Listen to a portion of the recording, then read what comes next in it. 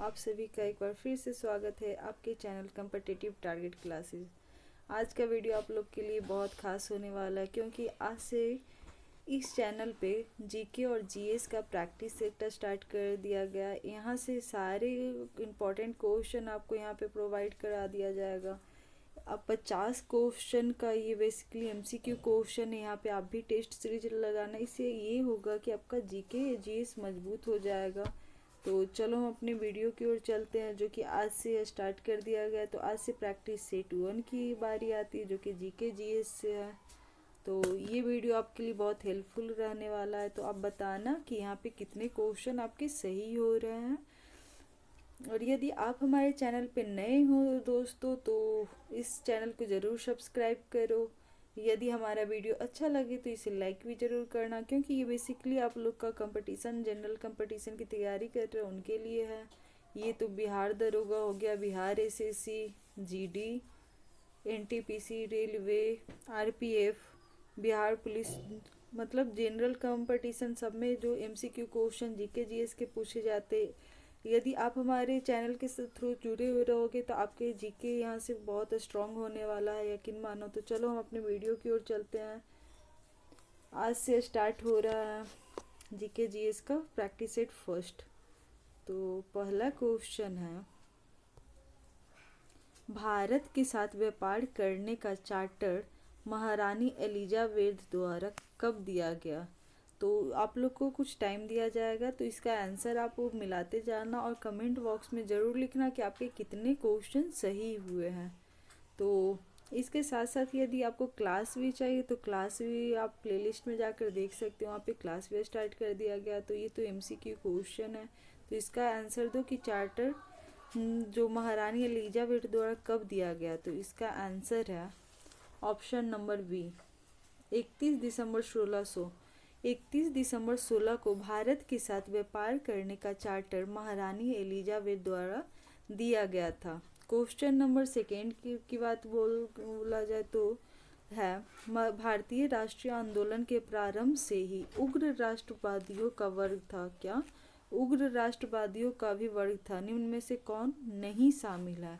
यहाँ पे कौन इसमें नहीं शामिल होने की बात किया जाए तो आखिर इस ऑप्शन की ओर चलते कि कौन नहीं शामिल थे। तो बाल गंगाधर तिलक के बारे में बता दिया, तो ये शामिल थे।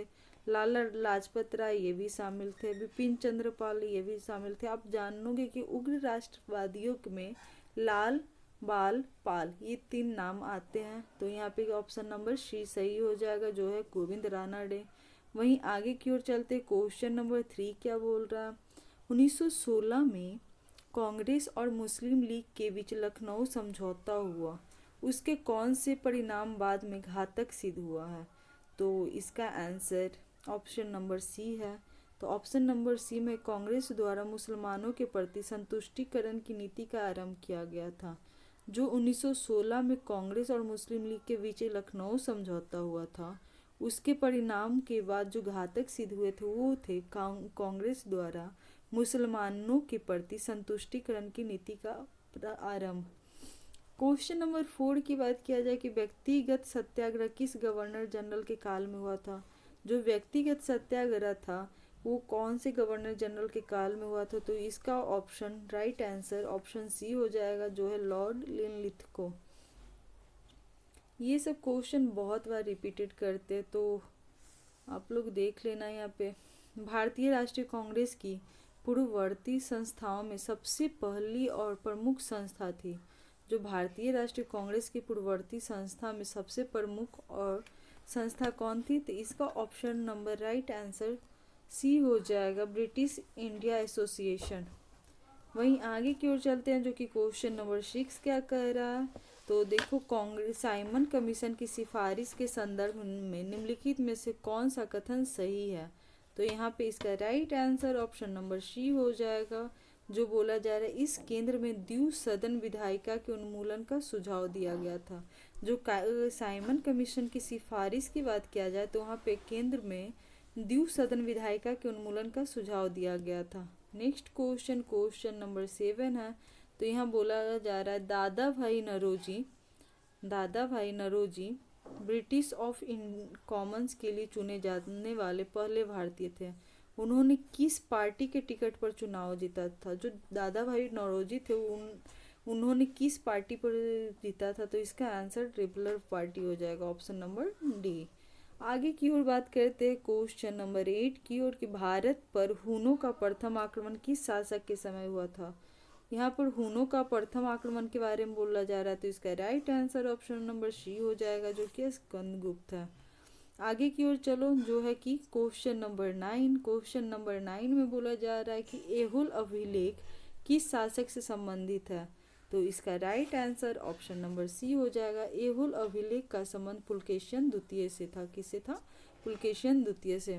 क्वेश्चन नंबर 10 की बात बोला जाए कि सत्यमेव जयते किस उपनिषद में संग्रहित थी? सबको पता होगा मुंडकोपनिषद, जो कि right answer option number D है। तो आगे की ओर चलते हैं। क्वेश्चन नंबर 11 क्या बोल रहा है कि महावस्तु महात्मा बुद्ध का जीवन वृत्तांत है, इसका संबंध किस शाखा से है? तो इसका right answer option number A हो जाएगा, महायान। तो महावस्तु महात्मा बुद्ध के जीवन का वृत्तांत है, इसका संबंध महायान से है। वहीं क्वेश्चन नंबर 12 की बात किया जाए कि अकबर द्वारा बनाए गए उपासना भवन का क्या नाम था? तो उपासना भवन का नाम था इबादत खाना। वहीं क्वेश्चन नंबर 13 की बात कर ली जाए तो 13 क्या बोल रहा है? सुप्रसिद्ध संगीतकार तानसेन और बैजू बावरा किसके शासन काल में सुविख्यात थे? जो संगीतकार तानसेन और बैजू बावर थे वो किसके शासन काल में थे? तो इसका राइट आंसर आप लोग बताओ क्या होगा? तो इसका right answer option number C है, अकबर। ये छोटे छोटे क्वेश्चन लगता है कि आ रहा है, लेकिन एग्जाम टाइम में गलत हो जाते हैं, तो इसको बार बार देखो, ये सही हो जाएंगे यहाँ पे आपके जीके। वहीं न्यू क्वेश्चन नंबर 14 की बात किया जाए, जो कि बोल रहा है न्यू कैसल पोर्ट जो दुनिया का सबसे बड़ा कोयला निर्यात बंदरगाह है, यह किस देश में है? तो इसका right answer option number B हो जाएगा। वहीं यदि क्वेश्चन नंबर 15 की बात किया जाए कि क्वेश्चन नंबर 15 क्या कर रहा है, तो देशांतर रेखाओं के संबंध में कौन सही है? तो ये तो सब जानते हैं, देशांतर के मध्य सर्वाधिक दूरी विषुवत रेखा पर होती है। वहीं आगे की ओर क्वेश्चन नंबर 16 की बात किया जाए तो 16 में बोला जा रहा है उत्तर से शुरू कर दक्षिण की ओर दी गई पहाड़ी का सही अनुक्रम बताएं। मतलब ऊपर से स्टार्ट करके नीचे की ओर। तो यहाँ पर देखोगे सबसे ऊपर में कौन सा है? तो देखो सबसे ऊपर में कौन हो जाएगा? नल्लामलई, जवादी पहाड़ी, नीलगिरी पहाड़ी, फिर अन्नामलई पहाड़ी। ऊपर और नीचे वाले को देखना है कि नल्लामलई से अन्नामलई पहाड़ियाँ। वहीं क्वेश्चन नंबर 17 की बात किया जाए कि 17 क्या बोल रहा है, तो कौन सी नदी अपने मार्ग बदलने के लिए प्रख्यात है? तो ये तो सबको पता है, हमारी कोसी नदी जो बिहार की है। वहीं क्वेश्चन नंबर 18 की बात किया जाए, आप बताओगे कोसी को कौन सी नदी, शोक की नदी किसे बोला जाता है? तो कोसी को। वहीं क्वेश्चन नंबर 18 में बोला जा रहा है किस मृदा प्रारूप में लोहे के अतिरिक्त मात्रा होने के कारण अनुवर्रक हो जाती है? कौन सी मिट्टी में लोहे की अधिकतम मात्रा पाई जाती है? तो इसका राइट आंसर हो जाएगा आपका ऑप्शन नंबर सी, जो कि है लेटेराइट मिट्टी। आगे की ओर चलते क्वेश्चन नंबर 19 क्या बोला रहा है यहाँ पे, प्रकाश के संबंध में कौन सा कथन सत्य है? तो कौन सा कथन सत्य है? तो चलो चलते हैं देखते हैं। यह एक विद्युत चुंबकीय तरंग है, जो कि बिल्कुल सही है। यह एक कण प्रकृति है, सही है। यह ऊर्जा का एक रूप है, मतलब कि तीनों कथन सही है जो कि प्रकाश के बारे में दिया हुआ है। वहीं क्वेश्चन नंबर 20 की बात किया जाए कि 20 क्या बोल रहा है, तो क्वेश्चन नंबर बायोगैस संयंत्र में निम्नलिखित में से कौन सी प्रक्रिया होती है? तो इसका राइट आंसर हो जाएगा ऑप्शन नंबर ए, जो कि बायोगैस संयंत्र की बात किया जाए तो इसका आंसर किण्वन हो जाएगा। किण्वन बायोगैस संयंत्र में किण्वन की प्रक्रिया होती है। वहीं एक क्वेश्चन यहाँ 21 की देखोगे तो यहाँ पे क्या बोला जा रहा है, एक वर्ग में ऊपर से नीचे की ओर आने वाले परमाणु का आकार क्या होता है? यदि वर्ग में ऊपर से नीचे की ओर परमाणु का आकार आता है तो बढ़ता है, घटता है या वही रहता है? तो इसका राइट आंसर हो जाएगा ये बढ़ता है। क्वेश्चन नंबर 22 की बात किया जाए कि वायुमंडल में प्रकाश का विसरण का क्या कारण, जहाँ विसरण आएंगे तो उसका तो राइट आंसर धुलकन से संबंधित है, तो धुलकन हो जाएंगे। वहीं 23 को क्वेश्चन पूछ रहा है किसी भी यौगिक का ऑक्सीकरण संख्या क्या होता है, तो ये -2 होते हैं, तो इसका right answer option number B हो जाएगा।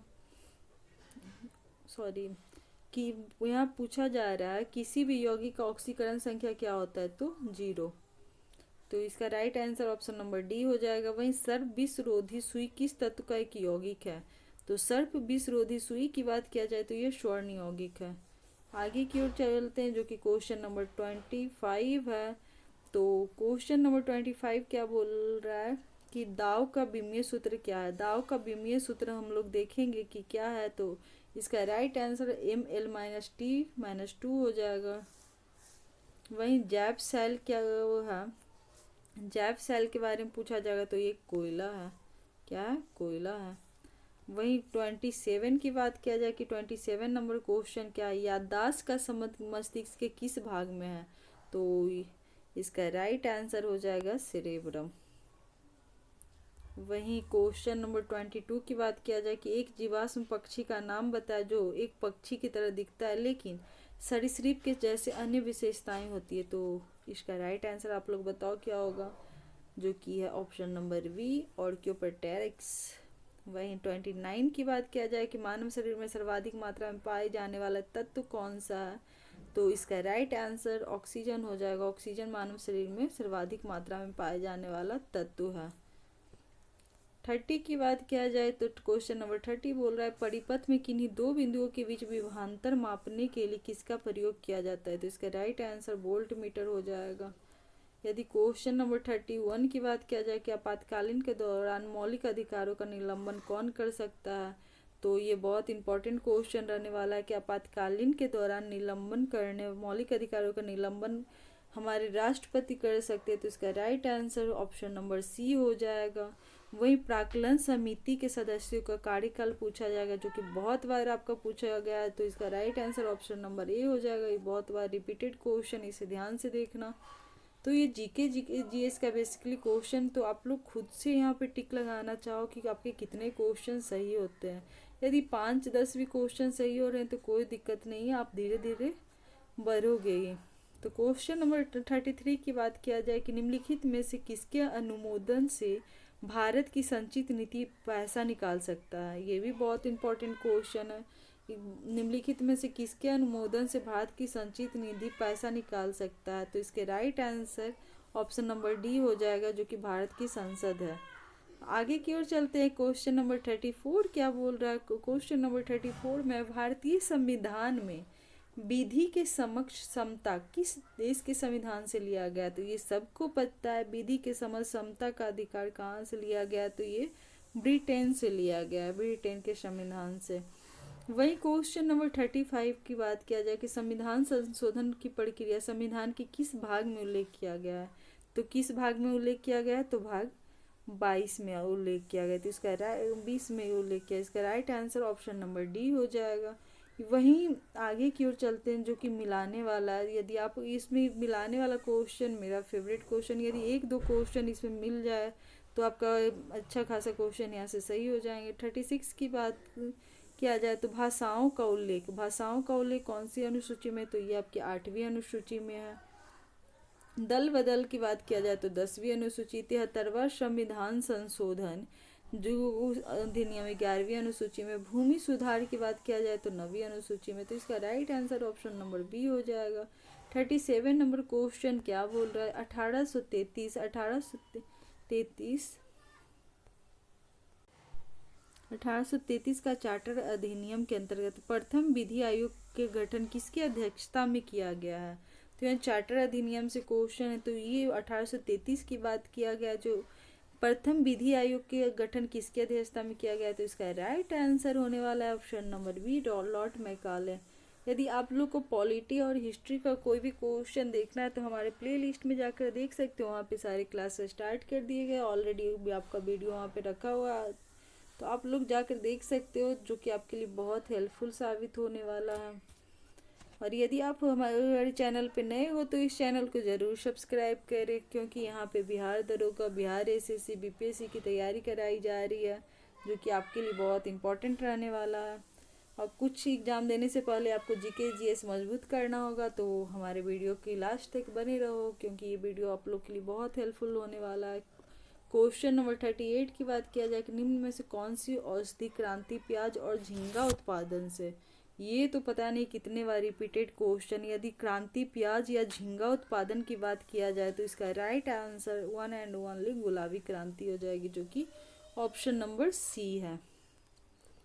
आगे की ओर जो कि क्वेश्चन नंबर 39 है, किन दो संस्थानों को ब्रेटन वुड्स के जुड़वा नाम से जाना जाता है। यदि ब्रेटन वुड्स के जुड़वा नाम का है तो ये आईएमएफ और विश्व बैंक।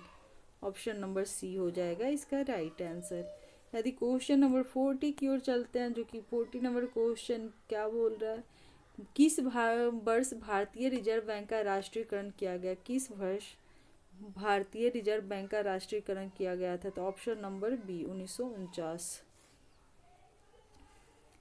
यदि क्वेश्चन नंबर 41 की बात करें तो हिंदू राष्ट्र का विचार मूलतः किसका है, तो ये इंपॉर्टेंट क्वेश्चन, इसे देख लेना। हिंदू राष्ट्र का विचार की बात किया जाए तो इसका राइट आंसर ऑप्शन नंबर 1 हो जाएगा बीडी सावरकर।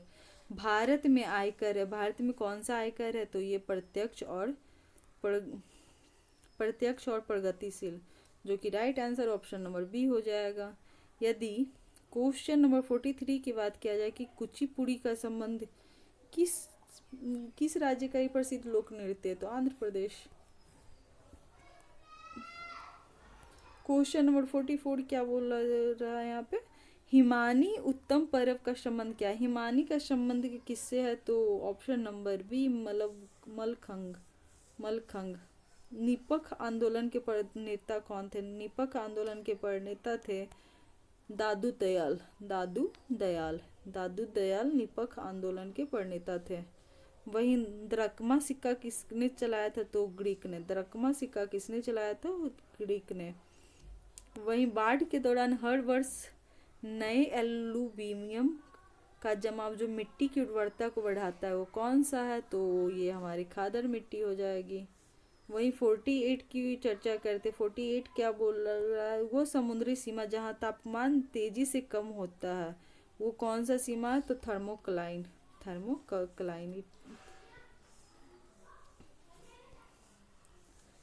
बेसल मापदंड संबंधित है। बेसल की बात आएगा तो वो आपका बैंक से संबंधित हो जाएगा, जो कि बैंकिंग से क्षेत्र से। बेसल मापदंड संबंधित है बैंकिंग क्षेत्र से। आज का लास्ट क्वेश्चन नंबर 50 है, जो इंग्लिश में पहली बार औद्योगिक क्रांति शब्द का प्रयोग किसने किया था, तो इसका राइट आंसर अर्नाल्ड टाइम्बी हो जाएगा। अर्नाल्ड टाइम्बी का क्या संबंध है, जो इंग्लिश में पहली बार औद्योगिक क्रांति शब्द का प्रयोग किए थे, जो है अर्नाल्ड टाइम्बी। तो इसका right answer option number D है।